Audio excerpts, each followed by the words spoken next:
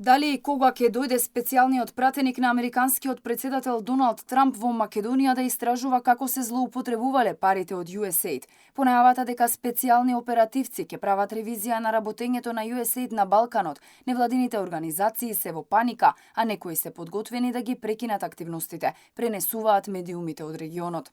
За сега под лупа се ставени Србија и Босна и Херцеговина. Само во Бања Лука во изминатите 4 години биле потрошени $402 милиони, од кои само 150 може да се оправдаат, обелодени поранешниот американски федерален обвинител Мартин Де Лука, кој е дел од тимот на САД што пристигна во Босна и Херцеговина.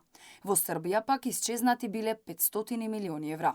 И јас и мојот тим некој време сме вклучени во ова прашање за усаите за парите кои на некој начин биле злоупотребени.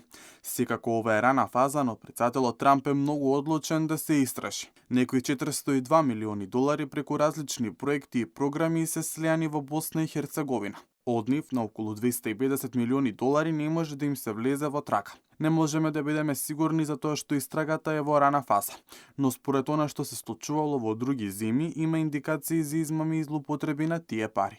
Еден од најпопуларните американски политички коментатори, Ден Бонџино, објави дека СДСМ и Сорос со поддршка од USAID ги финансирале иницијаторите на шарената револуција во 2015 година во Македонија. Овој тренд на влијание на Сорос и USAID не е нов. Според Бонџино, слични проекти се спроведувани и во други земји како Украина, со цел да се влијае на политичките процеси преку финансиска и логистичка поддршка за левичарските активисти.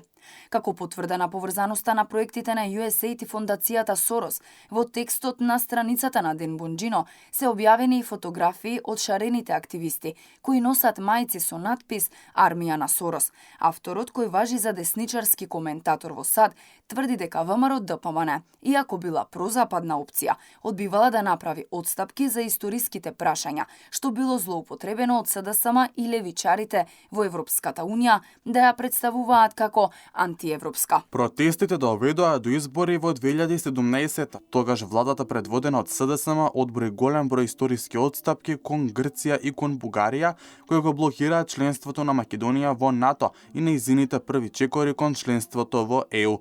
Македонскиот народ ја отфрли оваа промена на името, па затоа Сорос мораше да ја присили. За жал на империјата на Сорос, ВМРО ДПМН ја врати власта во 2024 година. Инаку, американскиот Стейт Департмент по налог на претседателот Трамп на 24 јануари одлучи да ја замрзне распределбата на средствата за речиси целата американска помош во странство. Па така, од тоа што досега се откри, најмалку неколку десетици милиони долари се слевале во Македонија.